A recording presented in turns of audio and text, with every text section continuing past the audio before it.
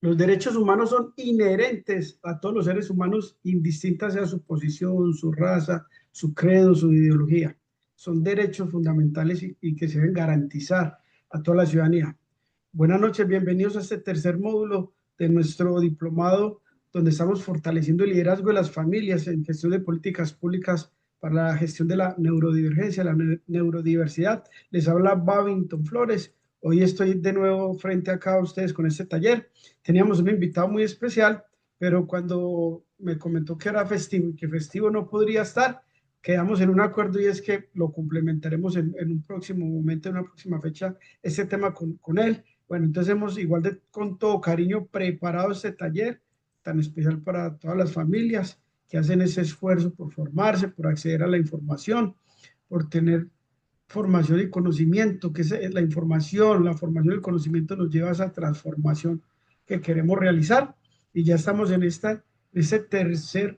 una tercera sección que ya damos hoy por terminado, el módulo de fundamentos de la neurodiversidad y la inclusión en el marco de los derechos humanos de la neurodivergencia. Entonces quiero darle un saludo a todos y a todas, un fuerte abrazo en este día festivo y demos inicio para que tengamos mucho que conversar y que compartir y que construir entre todos. Hoy tenemos un objetivo muy importante y es entender cómo en el marco de los derechos humanos internacionales o nacionales se aplica ese marco, toda esa normatividad que nos debe garantizar nuestros derechos a las personas neurodivergentes y cómo puede ser una herramienta para la defensa de sus derechos. Nosotros por nuestra formación, que es una formación donde cada uno ha tenido un proyecto de vida individual y familiar, pensándose en un área distinta, no conocemos muchas veces lo que es el derecho. Aquí seguramente también hay madres o padres que son abogados, pero el desconocimiento de las normas hace que uno muchas veces no tenga la oportunidad de acceder a unos derechos, a unos privilegios, a lo que nos garantiza como humanos y como ciudadanos la norma. Puede ser a nivel internacional, mundial y nacional. Y hablar de derechos humanos es hablar inicialmente a nivel global, a partir de luchas que han dado otras personas en diferentes campos y en diferentes materias, que serán garantizados unos mínimos de derechos humanos. Y hoy por eso lo queremos traer acá, para que seamos conscientes de cuáles son nuestros derechos, que podamos hacernos, digamos, responsables en la gestión o autogestión de estos derechos. Y por eso ser un taller muy inclusivo, que nos permita a nosotros pues tener esta información. Recordemos que los derechos humanos, como inicié, son derechos que son inherentes a todos los seres humanos. Aquí no hay distinto ni de sexo, ni de nacionalidad, ni lugar de residencia, ni dónde nació, ni su color, ni su ideología política, ni su idioma, ni su etnia, ni cualquier otra condición. Los derechos humanos son globales y son inherentes al ser humano. Estos son Sí, ¿dónde dice los universales. tres punticos? Ah, Permítame, More, ¿dónde dice More? dame un segundito acá, yo silencio por aquí. Micrófono, ok. Entonces, esto es muy importante que nosotros iniciemos por tener esa claridad, que cuando la misma palabra lo dice, derechos, y cuando, cuando hay un derecho, también hay un deber, ¿cierto? Hay unas responsabilidades.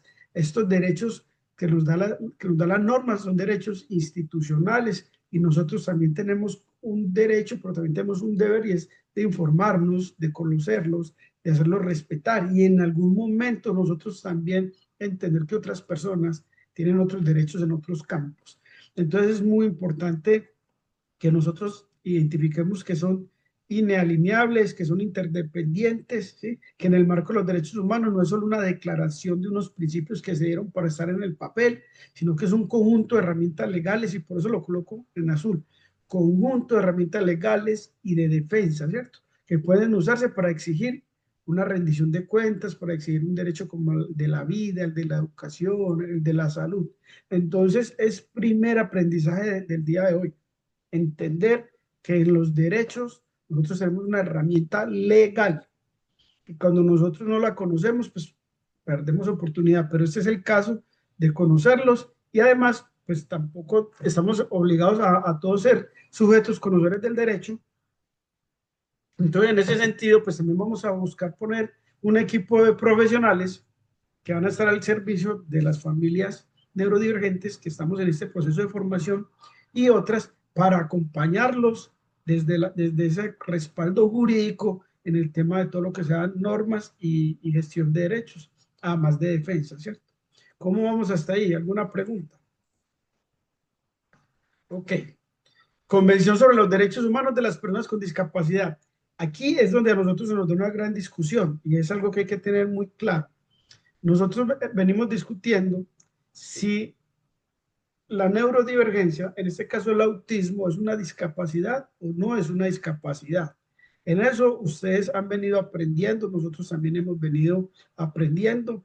Es normal que los procesos se deriven inicialmente desde la discapacidad. ¿Por qué? Porque muchos años atrás, cuando empezaron a darse estas batallas, que incluso se tomaban más, digamos, unos conceptos más violentos y más, digamos, para apartar a las personas que tienen una neurodivergencia, en el caso del autismo y el TDAH y otros.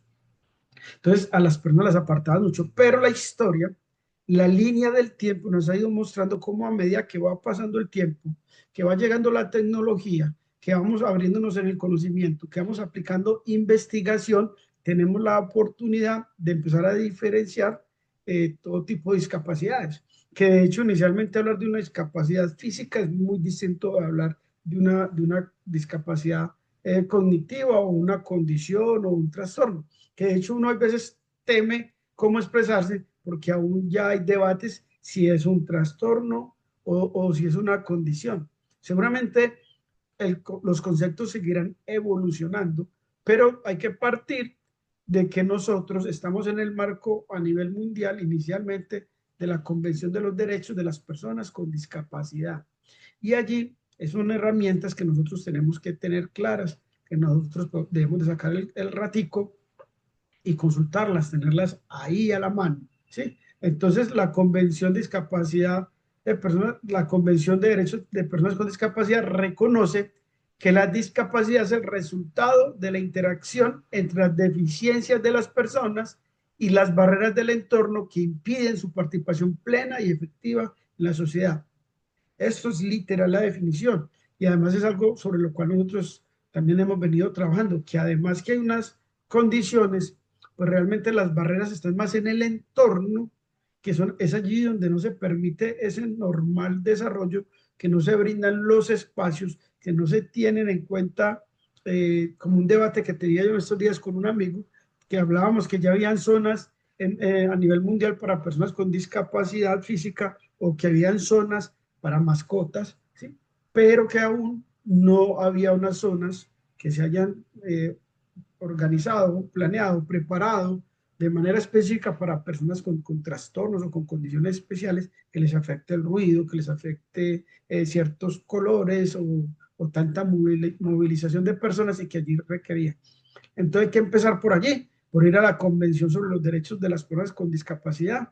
Y aquí es un objetivo que nosotros tenemos y es que desde allí que la misma convención dice, el objetivo es proteger y asegurar el pleno disfrute de derechos humanos por todas las personas con discapacidad. O sea, cuando estamos hablando de esto, estamos hablando de toda la generalidad, de toda la sombrilla que significan los derechos humanos y desde allí nosotros empezar a desligarlos, como lo vamos a ver en un momento, a empezar a desglosarlos hacia las personas con una neurodivergencia, ¿sí?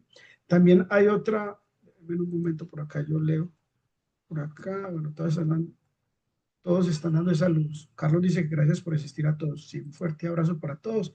Bueno, lo primero siempre es darle gracias a Dios por estos espacios que nos permite compartir acá en familia.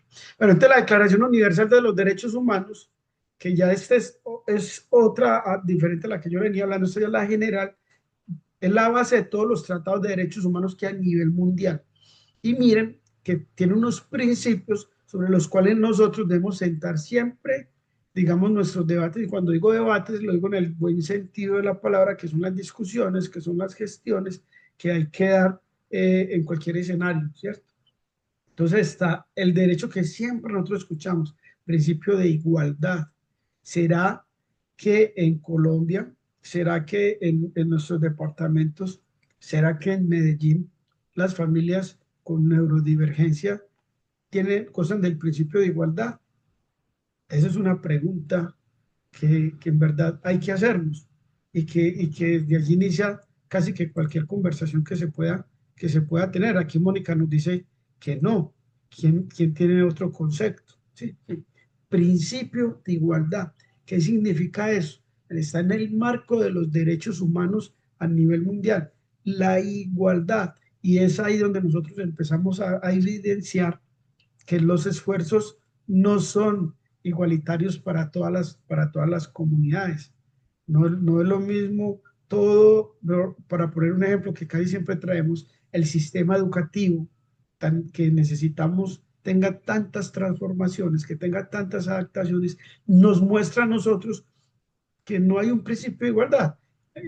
Ahí que hay ningún principio, ahí nos ponen a todos, digamos, de las mismas maneras, abriendo la necesidad de tener unas educaciones, unos acompañamientos, unas adaptaciones específicas.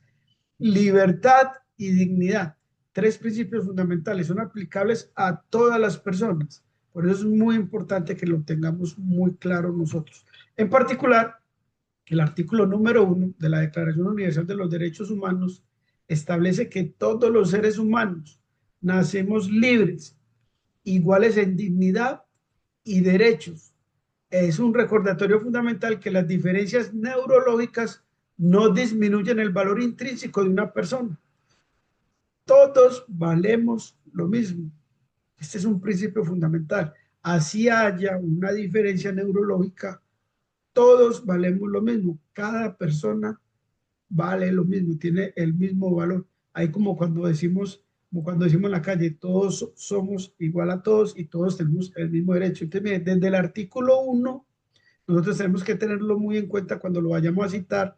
Se establece que todos los seres humanos nacen libres e iguales en dignidad y derechos. Eso es demasiado importante, iguales en dignidad y en derechos.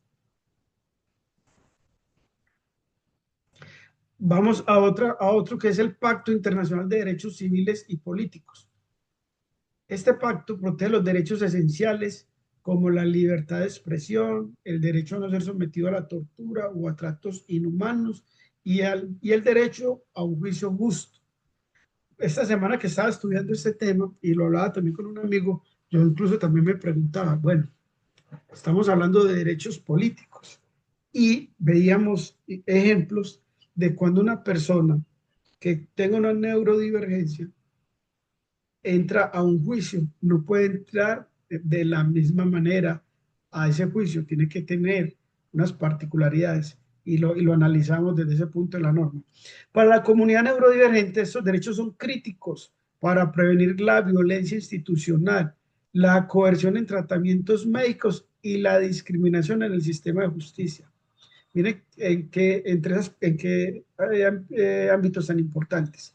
La violencia institucional, la coerción en los tratamientos médicos y la discriminación en el sistema de justicia. ¿Por qué son importantes todos estos derechos y por qué los citamos a pesar de que son de nivel internacional y de nivel mundial? Porque es nuestra Constitución, que es la norma de normas, es la madre de todas las normas, es la Constitución. Desde allí, los artículos que fueron diseñados están basados en estos derechos. Y desde la Constitución hacia abajo, toda la normatividad tiene que soportarse en estos pactos o en estos convenios que hay a nivel internacional. Entonces, por eso puse el ejemplo. Por ejemplo, el derecho a un juicio justo es particularmente relevante, ya que las diferencias en la comunicación y el procesamiento de la información pueden ser mal interpretadas por las autoridades. Estos son puntos esenciales. Sabemos de lo difícil que puede ser la comunicación para alguna persona con una neurodivergencia y además el procesamiento de la información. Entonces, pueden ser mal interpretadas las autoridades. ¿Qué sucede? Como también damos el debate esta semana, una persona entra a un juicio donde lo tratan de una manera igual a cualquier persona sin tener en cuenta que tenga una condición, se puede dar por no tener el diagnóstico. Vuelve a aparecer ahí el diagnóstico, la dificultad que tenemos con los diagnósticos. Una persona que tenga una neurodivergencia, pero que no tenga el diagnóstico, no va a tener el tratamiento que debe ser particular para él en un juicio. Por eso es muy importante nosotros tener claro el diagnóstico o la posibilidad de que la persona, si tiene alguna duda con respecto a su condición, pues lograse ser diagnosticado antes de entrar a un juicio, ¿no? Pues ojalá no tengamos a ninguna persona que esté en estos inconvenientes, pero es una de las cosas que el abogado me decía, mire, que garantice el diagnóstico para poder que tenga un tratamiento diferencial a la hora de estar en un proceso judicial. Eso es muy importante. Pacto Internacional de Derechos Económicos, Sociales y Culturales. Este se enfoca en los derechos como el derecho a la salud, a la educación y el trabajo, muy relevante para nuestras familias. Estos derechos son fundamentales para la inclusión en la sociedad y sabemos lo que significa el relacionamiento social para las personas con neurodivergencia. Y volvemos a citar lo que es la definición de salud por parte de la Organización Mundial de la Salud, que nos dice que la salud es el bienestar físico, emocional y social. Y social.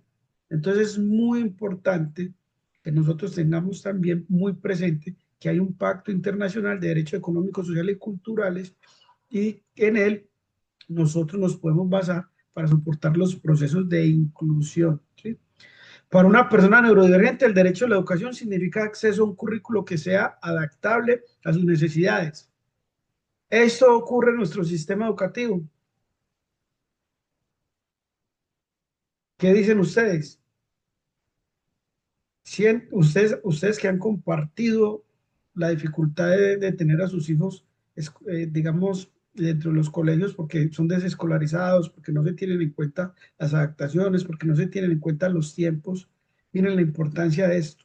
Por una persona neurodivergente, el derecho a la educación significa, no es el mismo derecho a la educación que tiene cualquier persona, significa acceso a un currículo adaptable a sus necesidades. ¿Qué nos dice por acá, Mónica? Para mí que no fue. Paola Muñoz nos dice, muy pocas veces se cumple el PIAR.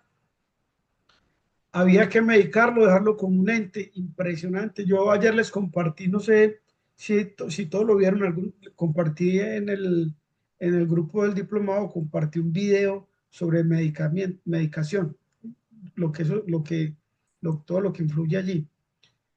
Entonces, es muy importante que nosotros, Ay, vamos, ¿sí? ¿Alguien yo, quiere tomar? Bien pueda. bueno, buenas noches para todos. Pues les comento un poquitico. Yo soy psicóloga, trabajo en un colegio y lidero pues como con otras dos compañeras el proyecto de inclusión como tal. Pues y como para de pronto en los comentarios que estaban teniendo en el chat, tengan pues familias presentes que el decreto 1421 es algo obviamente que nos ampara. No digo pues que los ampara, que nos ampara pues porque este diplomado lo estoy haciendo también porque mi sobrino tiene autismo grado 3. Entonces, y lo hago con la intención como de empaparme más y no actuar desde el desconocimiento. En el tema escolar como tal, tengan presente que ustedes tienen el derecho de exigir ese PIR. Ese PIR no es solamente que les den un documento, ustedes obviamente tienen el derecho y la necesidad de hacerle seguimiento al PIR y ver obviamente que el currículo sí tenga las adecuaciones, los ajustes necesarios y que se le esté dando cumplimiento. ¿Cómo lo pueden hacer? Pues dependiendo del colegio, tiene 3 o 4 periodos académicos. En cada periodo, el docente titular le debe presentar a usted el PIR que va a trabajar en ese periodo académico. Y cuando finaliza el periodo, el docente le dice pues si el PIR fue efectivo o no fue efectivo, o si para el segundo periodo se deben hacer ajustes, pero en el transcurso de ese primero, segundo, tercero, cuarto periodo, usted como padre de familia tiene todo el derecho de por lo menos cada viernes o cada 15 días, dependiendo de la institución, escribir, pues ver obviamente revisar el PIR que le dieron empezando el periodo, ver las materias que su hijo está teniendo y tenerlas presentes para ver si los ajustes que se plantearon en ese PIR sí se están ejecutando. Yo sé obviamente que muchas instituciones, por las obligaciones que tenemos como familia, por las ocupaciones, pues nos limitamos como a recibir el PIR, pero nosotros no tenemos como la seguridad que, pues, o sí, la certeza que se esté cumpliendo, que se esté llevando a cabo en la institución. Eso lo podemos ver como tal a medida que ustedes vean en sus hijos que están alcanzando los logros o no los alcanzan. o sea, pero es de verdad algo que ha venido tomando tiempo y que es un proceso, pero las familias tienen también como que tener esa seguridad y esa confianza de que tienen el derecho de ir a exigir eso. Entonces, el PIAR, el DUA también es algo pues que ya está en todas las instituciones y las familias muchas veces, incluso yo a mis chicos grandes de noveno, décimo y once, les trabajo mucho como desde el respeto, desde la comunicación asertiva, hacer valer los derechos. Cuando uno estaba en el colegio, pues a uno le decían sí, no, verde, rojo, azul y así era, y punto. Pues pero hoy en día también desde el respeto y la asertividad, pues se les dice a los chicos que pueden obviamente hacer valer los derechos con justificación, no con excusas, con argumentos de verdad, pero papás, sí, sí se puede. Yo soy una que cada periodo le muestro cómo es a los padres de familia el PIAR que se va a llevar. Tengo una mamá que cada semana obviamente pregunta cómo es esto, por qué así, esto, porque, y a mí no me incomoda. Pues a mí como psicóloga no me incomoda. Es que tengo esta duda en esta materia, tengo esto, porque al fin y al cabo son ustedes los que tienen que velar por eso. Entonces, quería como dar ese aporte. Muchas gracias. ¿Cuál es tu nombre, Marcela? Fue Marcela quien intervino. Soy Yadi, soy Ah, Yadi Babinto. ya, y qué más, qué alegría saludarte. Muchas gracias. Es que Un saludo.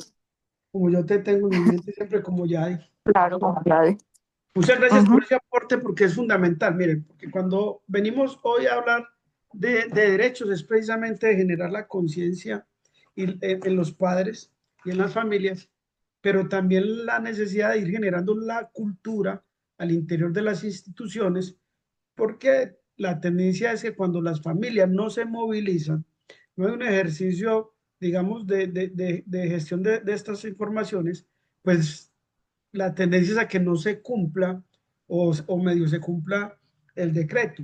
Y el objetivo que nosotros estamos teniendo acá, recuerda desde el inicio, y se va a intensificar ya en los próximos módulos porque vamos a avanzar en otros temas, este era más introductorio, es que nosotros tengamos la capacidad de tener la información y la formación para poder movilizarnos. Y de ahí vamos a tener la necesidad, ojalá se apunten algunos de quienes estamos participando acá, a generar veeduría. Eso lo vamos a ver aquí cuando estemos viendo los mecanismos de participación ciudadana, la ley 1757, que la que define el control que hacen los ciudadanos a lo público y tiene un componente de cómo las familias, cómo las personas, cómo las comunidades y las sociedades se organizan y se movilizan en torno a sus intereses. Y aquí está muy claro, nosotros tenemos un interés y es que haya un mayor bienestar y que se puedan aplicar las normas para que haya un normal desarrollo o el mejor desarrollo que podamos tener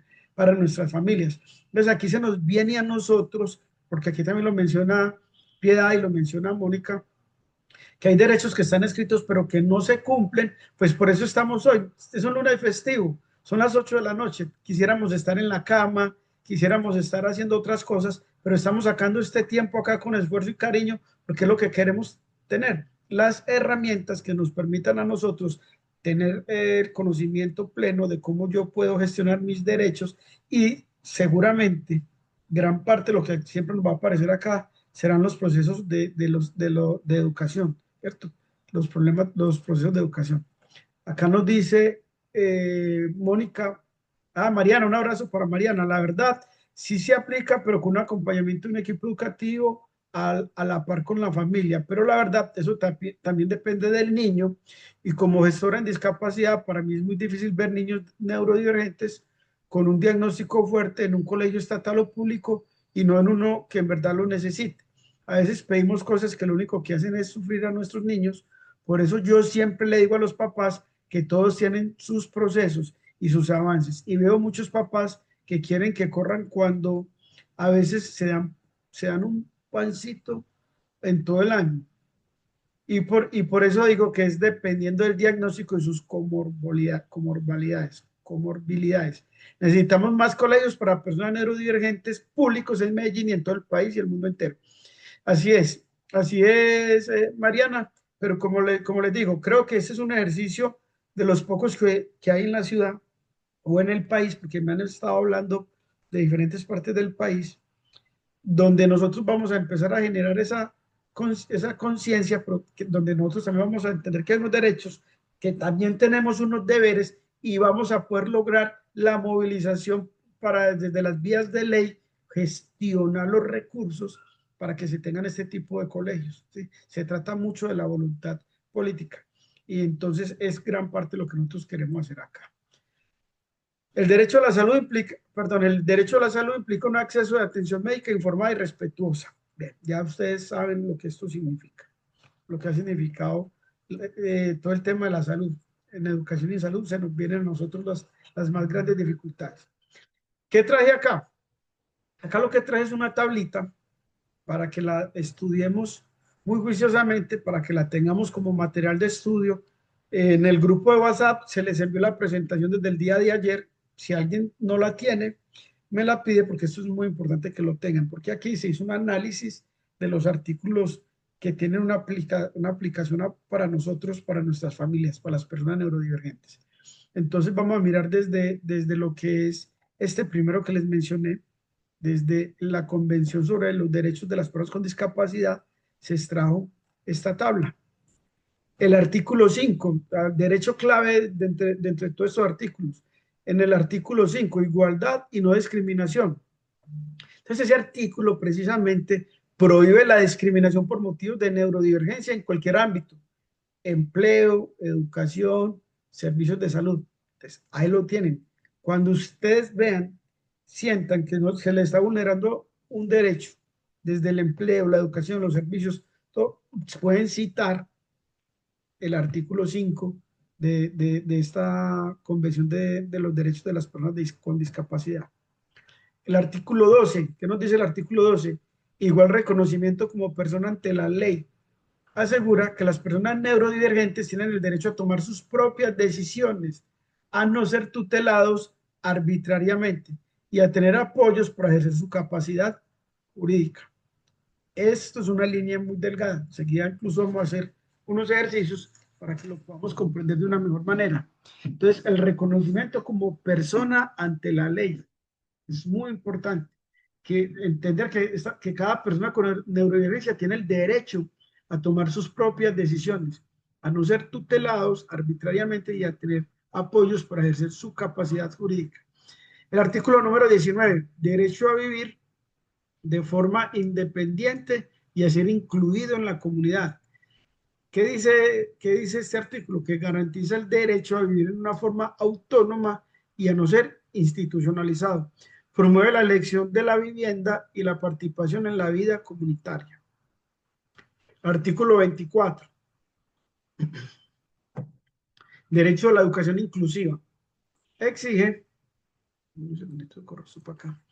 exige a todos los estados que proporcionen una educación de calidad en entornos inclusivos, con ajustes razonables para las necesidades individuales. Esto significa que la educación debe adaptarse a la persona y no al revés. Algo que es muy importante que tengamos en cuenta acá es que aquí hay familias que tienen un alto nivel de conocimiento de las normas, de los derechos y que han avanzado, pero hay otras que no tanto, ¿cierto? Algunas me escriben y me dicen por el interno que resulta que es que ellas sienten que no saben mucho o poco y que les da pena preguntar. No, aquí es una construcción de información, de formación, y ninguna pregunta puede ser considerada tonta y toda pregunta es importante.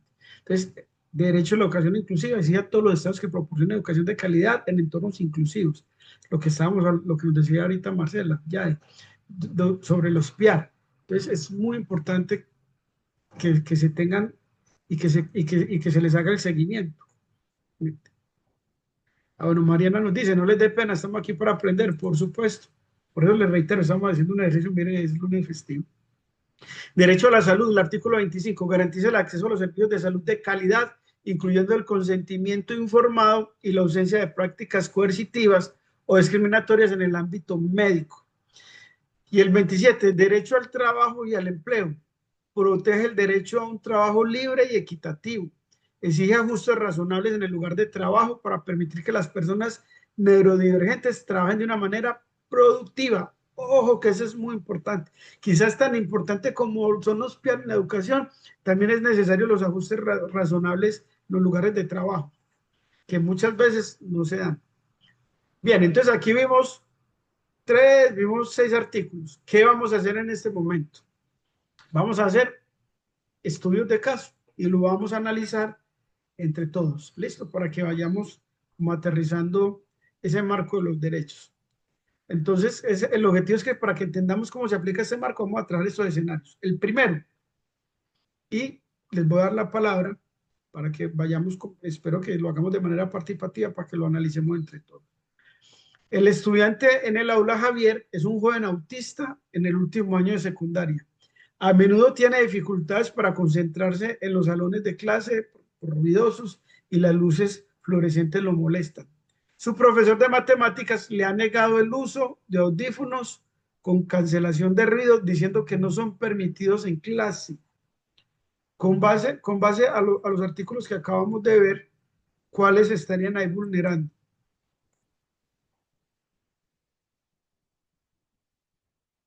Bueno, aquí me dice Mariana algo muy interesante. Babington, ¿sabes que sería bueno buscar las rutas donde escribir, donde se vulneren los derechos? Miren, la entidad que está creada, la entidad que hace, que está creada para que garantice los derechos humanos es la personería. Con todo gusto, es que yo quería traer para este taller también a alguien de la personería y no pudo, pero con todo gusto podemos buscar una visita a la personería de manera amable a las personas que quieran. Conformamos una salidita de campo y vamos a la personería, que nos cuenten cómo la personería trabaja esto. Dos, podemos hacerles un derecho de petición a la personería. O tres, pues yo estaba invitando a una persona, esperamos que se anime. Bien, pero eso lo podemos debatir entre todos. Entonces, volvamos al escenario. Bueno, el escenario. Javier es un joven autista, está en el último año de secundaria, tiene dificultades para concentrarse por el ruido y por las luces. El profesor de matemáticas le ha negado el uso de audífonos con cancelación de ruido, diciendo que no son permitidos en clase. ¿Qué derechos se están vulnerando allí? Por aquí yo había visto que alguien ya había dicho algo, Natalia. Derecho a la educación inclusiva, está bien. ¿Quién más va a compartirnos algo sobre este caso? ¿O será que les ha pasado a alguno de ustedes, a alguna de sus familias? ¿O ustedes les han permitido en las aulas de clase que nuestros niños tengan, cuando digo niños, me refiero a niños y a niñas, tengan ese tipo de audífonos? Vamos a leer más respuestas acá. Mariana Murillo, sí, a mí, bueno, a mi hijo. ¿Se lo permitieron o no se lo permitieron? Ok, entonces vamos a analizar este caso, pues vamos a preguntar bien. ¿Qué derechos de Javier están siendo vulnerados? ¿Qué derechos? Recuerden que allá vimos una tablita, nos volvemos a la tablita. Marcela dice, sí, se permiten en el colegio, qué bien. Mariana Murillo, y tuve que hablar con los profesores directamente para que vean. Muy bien. Miren lo que nos dice Yadi Marcela, trabaja en un colegio y nos dice que se permite. ¿Por qué hacemos estos ejercicios? Para que los socialicemos y miremos dónde no, cómo nosotros podemos acudir a que se logre. Fía dice, a los ajustes razonables. Ok. Entonces, miren la siguiente pregunta. ¿Qué obligación tiene la escuela según la Convención de Personas con Discapacidad? ¿Qué obligación tiene? Bueno, Marcela alzó la mano. Tienes de nuevo la palabra. Dale. Bueno, en eso que está, pues, en el caso como tal de Javier, tengan en cuenta, pues, como que familias, sea un colegio privado o sea un colegio público, porque ahorita una compañera decía que en el colegio de su hijo, la persona que manejaba inclusión, pues, asumo yo que la UAI, de pronto un colegio público, llegó finalizando ya el año, pero si llegó finalizando el año, también el colegio público, pues, porque yo asumo en ese caso que hablaban ahorita por el chat, que es un colegio público, también está entorno protector escolar, que es los psicólogos. Cuando de pronto no está asignada la persona, el educador especial que esté manejando la UAI, el psicólogo del colegio tiene obviamente que responder por eso. Y yo creo que no sé si de pronto más adelante, Babington, de pronto en los módulos, no recuerdo bien como en el currículo, cuando él nos presentó el primer día, pero también está, o si quieren, pues con todo cariño me lo ofrezco a Babington, podríamos como trabajar cómo es que ustedes pueden abordar en los colegios como padres de familia cuando eso no se está cumpliendo, sea colegio público o sea colegio privado. Si en el colegio público no está la UAI, que es unidad, pues, de atención integral, el psicólogo. Y si el psicólogo no está, usted manda un derecho de petición al rector o a Secretaría de Educación porque a su hijo se le está vulnerando el derecho. Y en los colegios privados, si es algo pues de pronto un poco más, eh, bueno, la palabra puede ser de pronto más fácil como tal, pues porque como es privado, entonces digamos que hay autonomía, independencia y todos los colegios privados tienen pues como los psicólogos que se están encargando pues de esta tarea. Yo sé que acá la dificultad que ustedes dicen es para el colegio público, pero cuando yo respondía en el chat de que sí se permiten es porque en el colegio donde yo soy una veedora de que a ese estudiante sí se le den los audífonos, que las pruebas sean flexibles, que se les dé cierto tiempo, que los exámenes obviamente se les permita que sean orales o que sean escritos o que sean pues por mostrar por señas cuando de pronto no es verbal. Entonces yo soy veedora de eso, por eso es que es muy bueno que pues como que eso, de pronto desde el desconocimiento no sabemos, pero si es con un colegio público, con un derecho de petición, Secretaría de Educación y eso muere. O sea, de verdad que sí tiene que generar eso, pues un ruido. Mónica decía que era privado, si era privado todavía más delicado. O sea, sí, o sea, se los digo con todo conocimiento, se lo tienen que aceptar, le tienen que aceptar esas adecuaciones. Gracias, gracias Marcela, gracias Yael. Y te agradezco todo lo que nos vas a ayudar para fortalecer el proceso que estamos haciendo acá de formación. Bienvenida. Y entendemos la dificultad y la diferencia que hay entre un colegio público y un colegio privado. A un colegio privado los canales son más directos, ¿sí? En el colegio público, pues infortunadamente a veces toca a uno soportarse en la ley y en los instrumentos como los derechos de petición. Ahí tienes pues toda la razón. Marilu nos escribe, es importante una buena comunicación y rutas de acceso para garantizar el pleno ejercicio de todos los derechos humanos, libertades fundamentales de las personas, perdón, de las personas con discapacidad, como en este caso promoviendo su dignidad inherente. En este contexto, la negación de una adaptación razonable como los audífonos sería una forma de discriminación para el estudiante. Así es.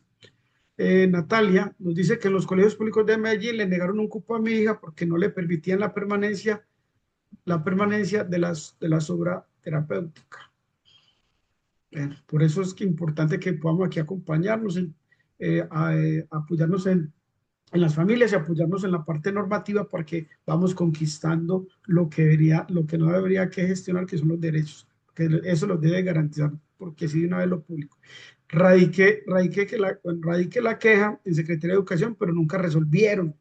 Bueno, es muy importante, Natalia, dentro de esa sabiduría que vamos a crear aquí, que están obligados las entidades públicas a responder, ¿sí? O si no, ahí aplica un silencio administrativo y podrían haberse unas consecuencias de más a fondo. Pero entonces, con todo gusto, quien tenga temas pendientes, radicados, también nos los puede hacer llegar y aquí vamos generando la veeduría y también nos vamos respaldando con nuestros apoyos jurídicos para que esto camine. Ahorita lo decía Marcela, eso funciona, porque ellos cuando ya sienten que tienen los mecanismos de ley que lo están presionando, ellos tienen que dar respuesta. Mariana nos dice, la verdad, hoy en día los profesores le hacen esos ajustes y evalúan a los niños de manera que se necesitan, pero el colegio tiene otras normas. Entonces los profesores de la UAI no dan abasto con tantos niños neurodivergentes. Nuestro proyecto de acuerdo, el proyecto de acuerdo, no, el acuerdo distrital 098, tiene la necesidad, le exige a la alcaldía de Medellín un sistema de información que nos permita a nosotros tener la caracterización y saber el número de personas. Las decisiones en cualquier tipo de empresa, sea pública o privada, se toman con datos y con información. Hoy nuestra ciudad no sabe cuántas personas con neurodivergencia hay, no saben cuántas personas con neurodivergencia hay en cada colegio. O sea, de pronto algún colegio lo tenga, pero no tenemos acceso a la información. Por eso es muy importante saberlo, porque cuando tengamos los datos se puede demostrar que los profesionales, que incluso me he encontrado con grandes profesionales en la UAI, con unas mujeres muy interesantes, no dan abasto, o el psicólogo también de apoyo, entonces hay que demostrarlo. Estos son, digamos que, derechos que hay que ganar, que hay que ir conquistando. O sea, ya están por norma, pero que hay que irlos implementando y que irlos conquistando. Hace muchos años, o hace algunos años en los colegios no había un psicólogo. Se logró el acompañamiento del psicólogo. Hoy tenemos la problemática que tenemos colegios con más de 1000 niños, pueden ser hasta 1500, con uno o dos psicólogos. Entonces, el objetivo por eso es que nos formemos, nos informemos, hacemos los debates en los escenarios que hay que darlos para garantizar que tengan los recursos y que contraten los profesionales, porque además, algo que debatíamos también, era que la forma en que contratan a los profesores de la UAI, los contratan por prestación de servicios, entonces los contratan ya terminando, pues el año empieza, por decir, a finales de enero y se da muchas veces que en febrero o en marzo todavía no tienen contrato y también en algún momento les dan contratos muy cortos. Entonces las familias, los procesos no tienen la continuidad o incluso se revictimizan las personas cuando van contando sus procesos y les cambian la persona de apoyo. Entonces dice aquí, nos dice aquí también Mariana, te hablo por el colegio donde está mi hijo, donde existen 97 personas neurodivergentes por una sola persona de la UAI. Increíble. ¿Qué colegio es ese, Mariana, si lo podemos saber? Miren, estas cifras son las que con las que uno tiene que llegar a un debate del Consejo de Medellín y en un debate de control político de la Secretaría de Educación y decirle, mire, no es, no da, no es humanamente alcanzable y no es la herramienta que una sola persona la vaya, tiene a 97 personas, ¿ok? Enrique Olayerre de Manrique, ¿ok? Importante eso, Mariana, estos son datos que nos sirven mucho y con los cuales nosotros podemos dar los debates, porque los vamos a dar. Recuerden que nos estamos preparando para el mes de noviembre, estar en el Consejo de Medellín. Cuando se esté debatiendo el presupuesto y estén hablando de educación, tendremos que ir a hacer un análisis muy detallado del programa de la UAI y de otros escenarios para poder garantizar que se les dé más recursos y puedan haber mayores cantidades de personas allí. Ese es el objetivo. Por eso este diplomado tiene esa intención, formarlos en liderazgo, pero también en políticas públicas y en la gestión de esas políticas públicas. Ok, bien, entonces ya hicimos el primer ejercicio. Recuerden que aquí está la tablita, a ustedes les va a quedar y ahí podemos estar revisando qué derechos nos están vulnerando. Entonces ya hicimos vamos al segundo caso, el empleado en el trabajo. María, que tiene TDAH, consigue un trabajo en una oficina de contabilidad. Al principio le cuesta manejar la carga de trabajo y las distracciones del entorno. Le pide a su supervisor un horario flexible para trabajar desde la casa algunos días y software de la organización, con un software que se lo permita. El supervisor se niega diciendo que eso no es justo para los demás empleados. Cuéntenme ustedes, ayúdenme a responder lo siguiente. ¿Qué derechos de María están en juego aquí? ¿Cuáles se están vulnerando? Este ya es un ámbito diferente, este ya no es el colegio, este ya es el trabajo.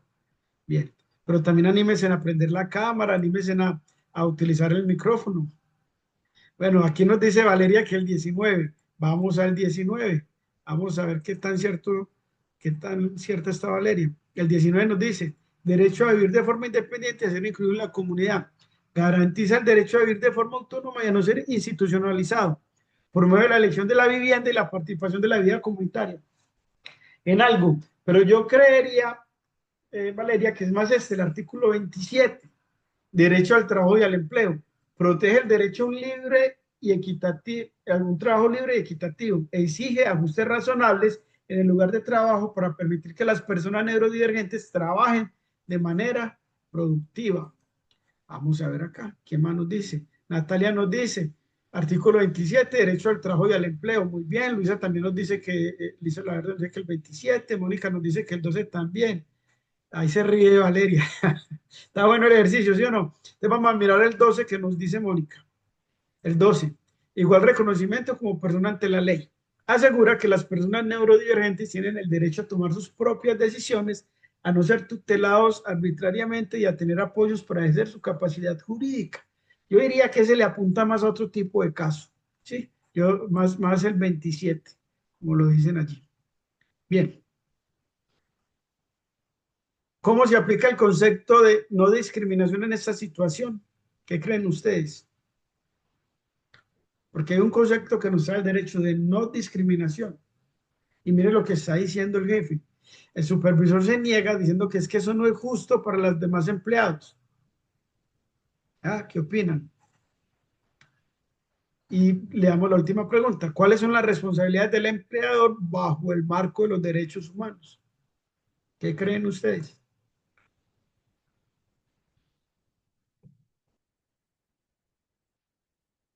¿Quién se va a animar a encender el micrófono, a encender la cámara?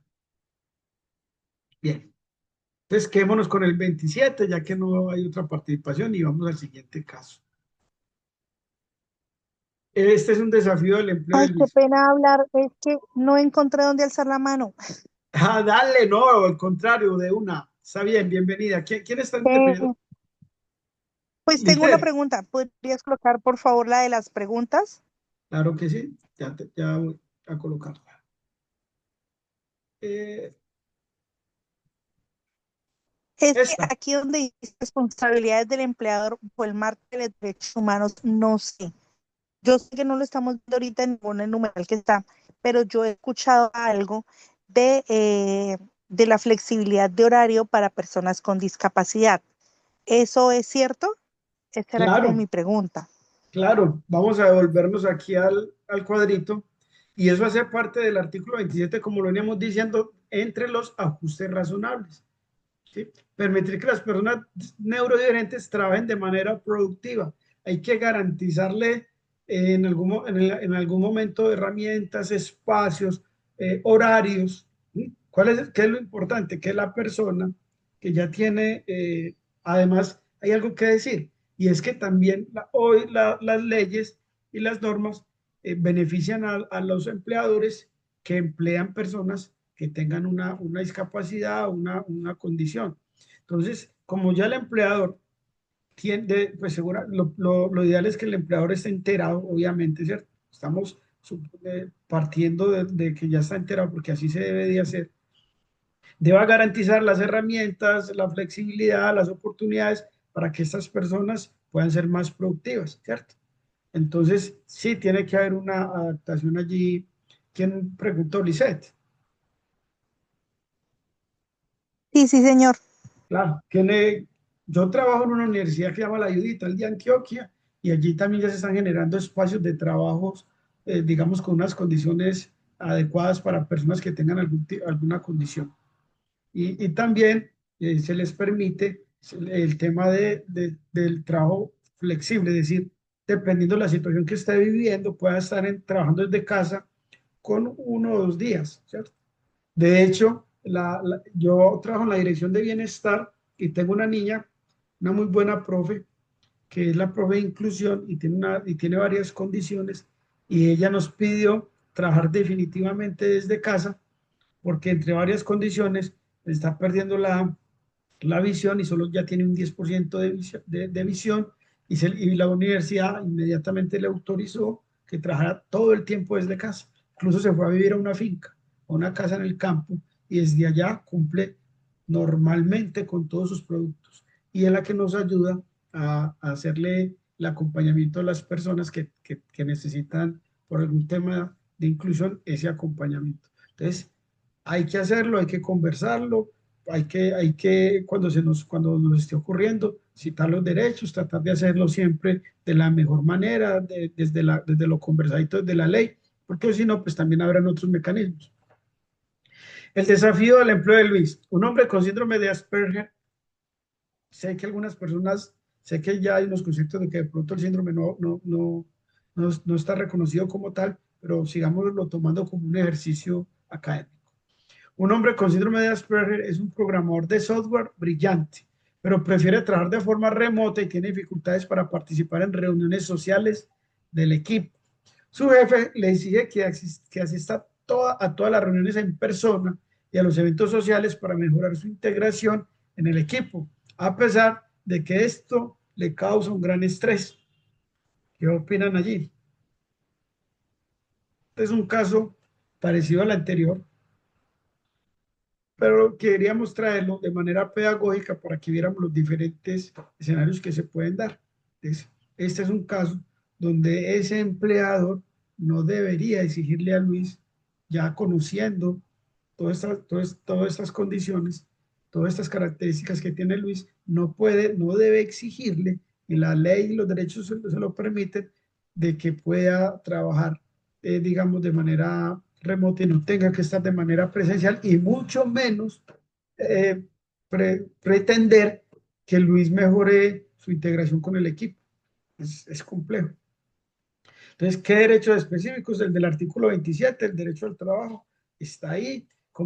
Hay otra pregunta acá, ¿cómo se podría aplicar el concepto de ajuste razonable? Fue el que estábamos hablando ahorita.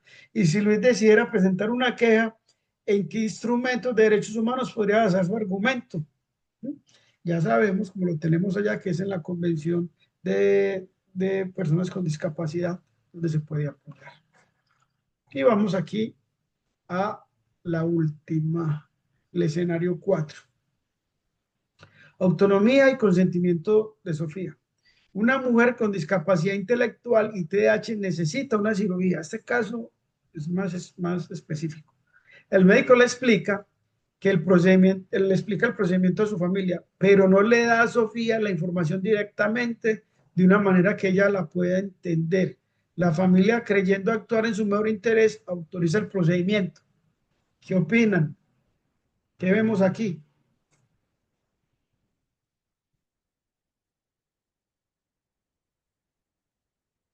Se lo repito porque este es bastante complejo.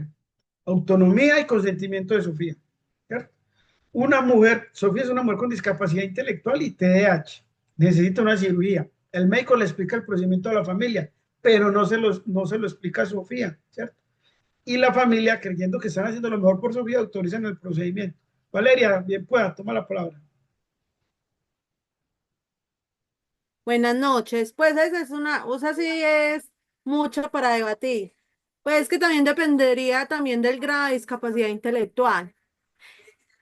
Y de pronto, si, por ejemplo, hay familias que no sé si se usa ese término o la palabra, que cuando los niños cumplen 18 los declaran interditos. Pues cierto, para las mamás poder tomar como esas propias decisiones, llegando en caso tal de que la Sofía sea grande, adulta, y no se le haya declarado, pues creo que de pronto de una forma más pedagógica, como explicarle el procedimiento y obviamente se le, pues como siempre tenerla en cuenta, pero que sea como la mejor decisión que convenga para la salud.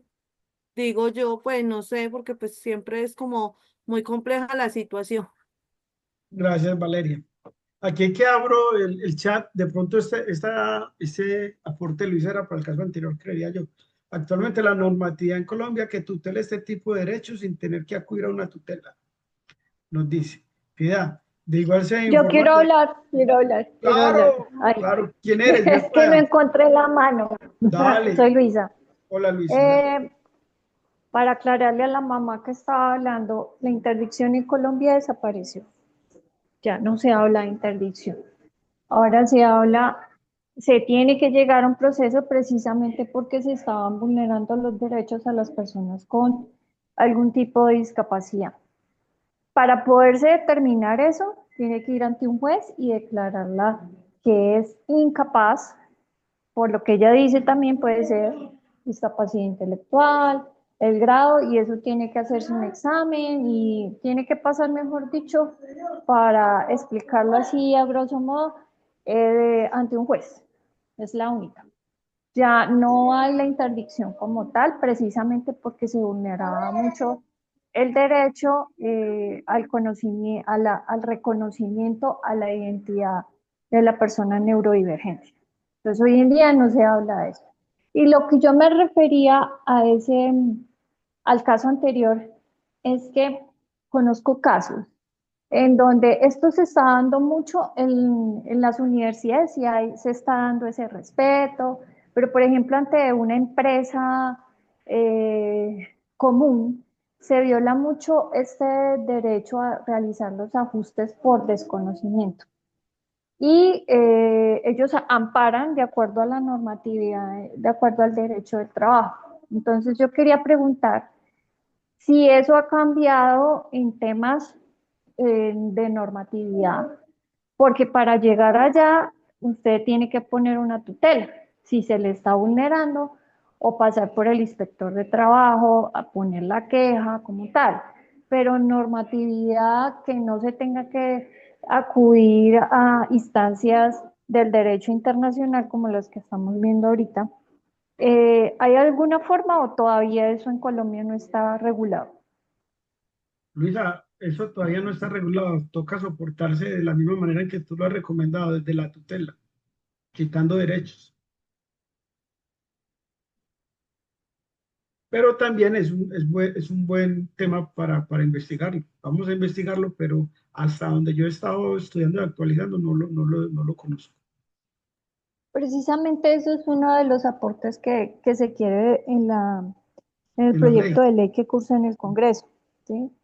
así Ese es es. uno de los elementos, el cual las personas activistas tienen una posición que me parece que se debería escuchar porque ellos tienen muy claro en cuanto a la normatividad internacional que se está manejando, que existe actualmente en temas de normatividad en discapacidad y sería chévere como que ellos pudieran entrar a debatir en ese tema, porque realmente lo que pasa es que pues eso requiere de una inversión fiscal muy alta. Estamos hablando de mucho dinero y no creo que en este gobierno se pueda hacer eso. Pero sí sería chévere escuchar la posición de ellos. Es Es muy más, importante. deberías como, ellos tienen un proyecto, ellos quieren poner un proyecto aparte y sería como chévere saber, hablar con una persona de estas, por ejemplo, Autiscol, ellos manejan mucho ese tema y sería chévere también escucharlos, porque aquí la mayoría somos papás, ¿sí? O somos familiares o educadores que están como en ese tema, pero realmente la identidad del autista es muy diferente a la posición de nosotros. Y sería chévere también escucharlos a ellos, porque es algo que ha traído cierta discordancia, pero que creo que como estamos en ese ejercicio hasta ahora de garantizar los derechos de nuestros hijos y garantizar el derecho de las personas en condición, entonces sí sería bueno escucharlos, me parecería a mí, no sé. Por supuesto, no, totalmente de acuerdo. Es que aquí hay que escuchar a todas las voces y más a quien tiene tanta experiencia y reconocimiento. Cuando se presentan varios proyectos de ley con el mismo objeto, lo que hacen es que los compilan. Tratan de, solo debaten uno. Pues, o en las diferentes, en los primeros debates, luego más adelante lo unen, pero no discuten normalmente varios proyectos de ley con el mismo objeto. Entonces, es muy importante es que haya esa articulación de lo que se quiere contener dentro de la ley. Es lo ideal. Piedad nos menciona con respecto al caso de que de igual se le debe informar, ya que con ajustes ella puede comprender. Ana María nos dice lo que ya Luisa también nos aportó, y es que ya no existe la palabra interdicción, ya la quitaron de la ley. Y Piedad dice que ya tiene derecho si tengo una discapacidad. Muy bien. Bien. Entonces era un ejercicio que queríamos hacer de poder revisar los derechos y a la luz de estos ejercicios, pues ir haciendo esos análisis o reflexiones grupales. Bueno, entonces ya a manera de reflexión, los derechos humanos no son solo conceptos abstractos, son herramientas vivas, ¿cierto?, que nosotros podemos utilizar, que las personas neurodivergentes y sus aliados pueden usar para reclamar su lugar en la sociedad. No es fácil. Uno quisiera que la sociedad, que los gobiernos, ¿sí?, que las instituciones abrieran los espacios sin que se tuviese que dar con esa palabra que puede sonar fuerte, la lucha por parte de las personas para poder que se les garanticen sus derechos. Pero infortunadamente hay que tener claro que ellos son herramientas y que con ellas nos podemos abrir los espacios y generar los conocimientos y desarrollar las habilidades en las personas para que sepan cuál es la ruta y cómo actuar ante una situación como las que de pronto estábamos revisando allí. El papel del ajuste razonable es la acción que hace que la inclusión sea posible. Lo vimos el papel del ajuste razonable en la educación, lo vimos en el empleo, ya muy bien nos contó Marcela cómo se implementa en un colegio, qué hacer cuando no se implementa, pero el ajuste razonable es la acción. con la que nosotros procuramos esos temas de inclusión. No es un favor, sino una obligación legal que asegura la igualdad de oportunidades. Recuerden cuando estábamos viendo al inicio de los derechos, la igualdad, ¿cierto? La libertad. Entonces, un derecho no es un favor. Así nos lo hacen sentir muchas veces, nos lo hacen ver en lo público, como si nos estuvieran, o sea, que el alcalde que quiera ayudar, los concejales que quieran ayudar, lo están haciendo que porque nos quieren ayudar. No, no, no. Eso es un favor. Miren, lo que pasa es que normalmente todos los alcaldes hablan del anterior y dicen que este tiene el presupuesto más alto de la historia de la ciudad. Hoy Medellín tiene casi 11 billones de pesos. Aquí antes las obras no se ven. 11 billones de pesos tiene Medellín por año. Eso lo vamos a ver aquí muy clarito para que, y vamos a traer un experto que ha trabajado muchos años en Hacienda del municipio de Medellín para que lo comprendamos, cómo se distribuyen esos casi 11 billones, ¿sí? Cómo unos recursos van al funcionamiento y cómo otros van a inversión social. Pero miren, el PM le entrega a Medellín, este año le entregó casi 3 billones de pesos, eso es una locura. 3 billones de pesos, pues yo redondeándole allí, que deben de ir a inversión social en el plan de desarrollo. ¿Qué es lo que nosotros necesitamos? Porque esta movilización que apenas inicia y que será de por vida, que cuando venga alguien y nos diga que quiere ser alcalde de Medellín, nosotros como comunidad neurodivergente le digamos, venga, queremos apoyar a un alcalde que nos incluya en el plan de desarrollo, que nos incluya en su plan de gobierno, que luego se convierte en el plan de desarrollo cuando ganan. ¿Por qué? Porque un alcalde no puede incluir o invertir en programas y proyectos que no estén en su plan de desarrollo. Entonces es fundamental que nosotros podamos exigir lo que no es un favor, sino una obligación legal, que nos generen las oportunidades y que hayan los recursos para hacerse en lo público. Ok, bien. De la claridad a los derechos. El cambio del paradigma de ver la discapacidad como un objeto de caridad o pena a un enfoque de derechos. Nosotros a partir de hoy vamos a tener la oportunidad de tener un enfoque de derechos, de basar nuestras solicitudes en un enfoque de derechos, no de caridad ni de coca, donde las personas neurodivergentes son agentes de cambio.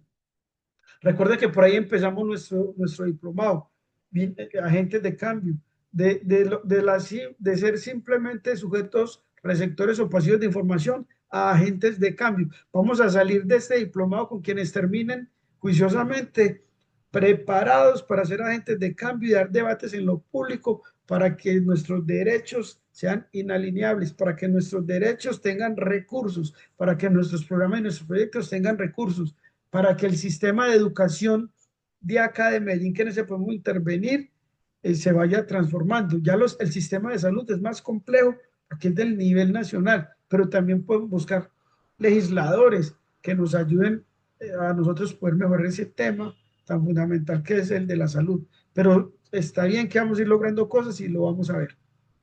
Entonces, animémonos a identificar un área en su vida personal, profesional o comunitaria donde puedan aplicar el marco de los derechos humanos para promover la inclusión. Anímense a esa invitación.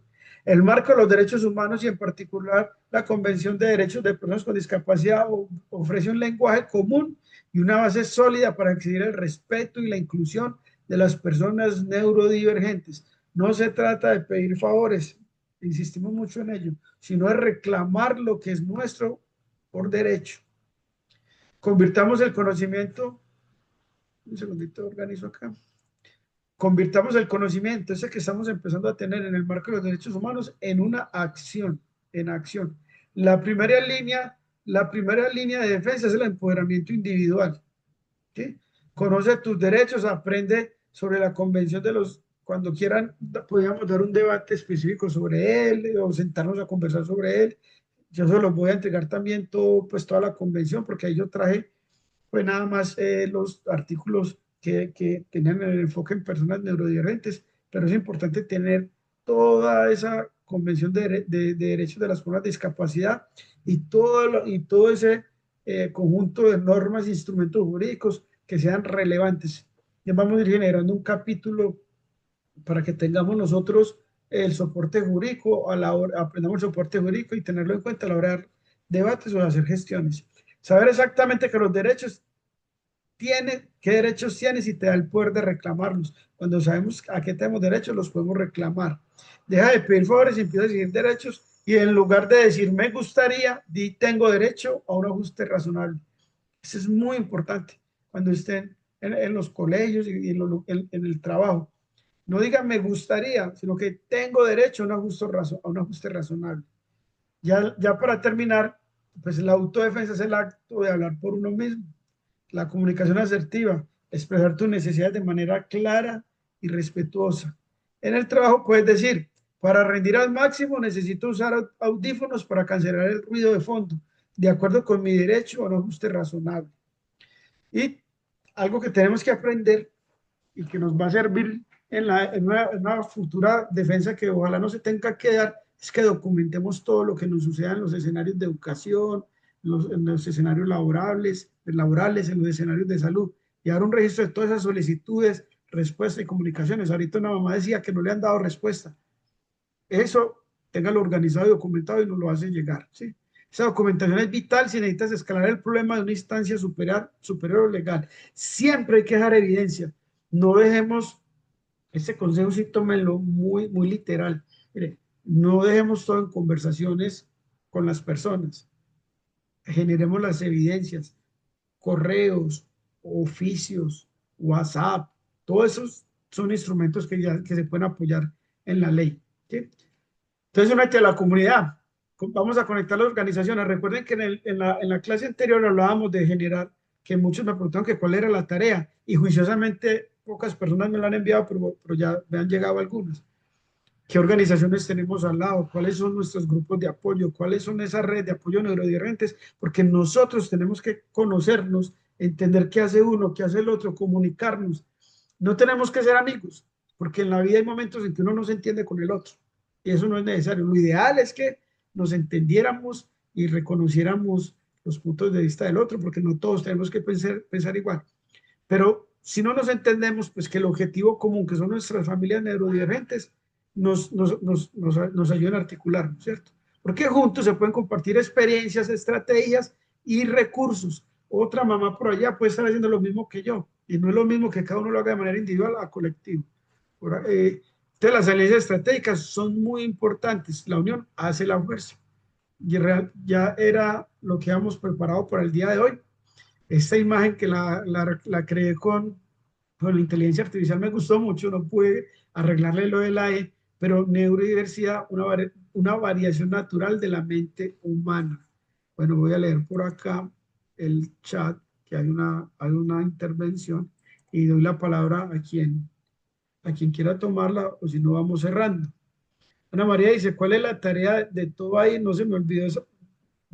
A ver, ¿cuál es la tarea de todo ahí? No se me olvidó esa tarea. Bueno, déjenme que yo mañana voy a organizar para que tengamos como muy claro esa tareita y alguna otra cosa más que podamos avanzar para que también vamos haciendo, logremos más horas del diplomado, no solo las de estar aquí conectado, sino las que nosotros vamos a compartir. Y ante la pregunta que dónde enviamos las tareas, pues yo les había dado mi correo, pero también estoy preparando un drive para que todos podamos tener acceso al drive, donde también, además que yo se los he estado compartiendo, estén los videos, estén las presentaciones, y ahí puedan ustedes también compartir documentos y las tareas, ¿sí? Para poder que vayamos generando todo ese proceso de información bien interesante.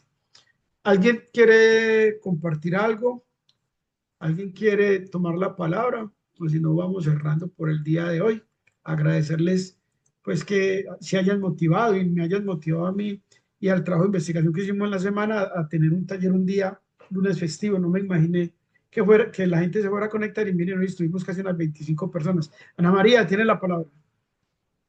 Ay, no, Avito, ¿cuál tarea? Yo ni sabía de las tareas.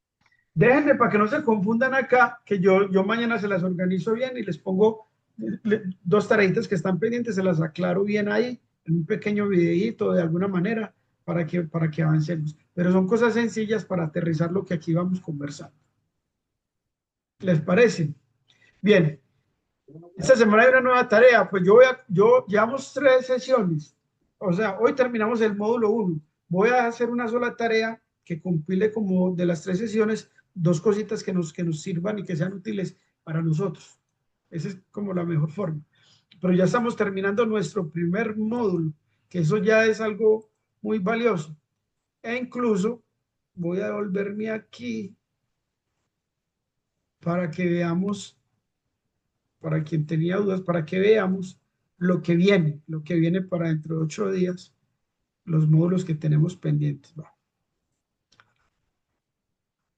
Yo creo que ahí ya están viendo de nuevo mi presentación.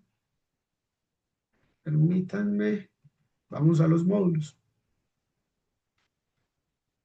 Bien, entonces tenemos 5 módulos.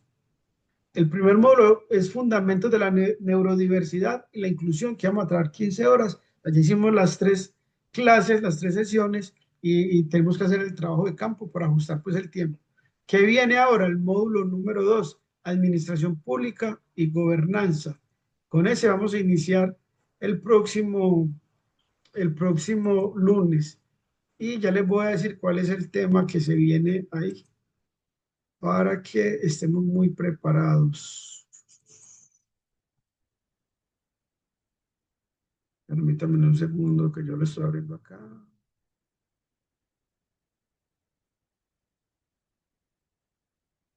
Bueno, entonces ya el módulo 2 es Administración Pública y Gobernanza en Medellín. ¿Qué vamos a ver dentro de 8 días? Estructura del Estado colombiano y el Distrito de Medellín. ¿Cómo está conformado el Estado a nivel nacional y cómo está conformado Medellín? Medellín es es un conjunto de empresas, se me va el nombre en este momento. Es un conjunto de empresas, nosotros tenemos acá en Medellín como unas 50 empresas, entonces vamos a entender cómo es un conglomerado, y vamos a mirar cuáles son las más importantes y cuáles son las más útiles para nosotros. Entender que hay una Secretaría de Inclusión, una de Educación, entender que hay instituciones como Telemedellín, como en varias, por poner ejemplos, EPM, y eso cómo funciona para nosotros, cuáles podrían ser de utilidad para nosotros.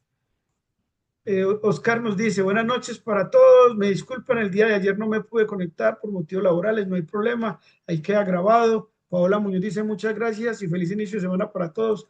Así es, muchas gracias, bueno, una feliz noche, Dios los bendiga, nos vemos entonces el próximo lunes, estaré colocando la información de la tareita que queda pendiente en el grupo, estaré compartiendo el día de mañana la grabación y bueno, y avanzando para que conozcamos bien lo público, la oferta institucional que Medellín tiene para nuestras familias. Una feliz noche, que Dios los bendiga, que descansen. Gracias. Con mucho gusto.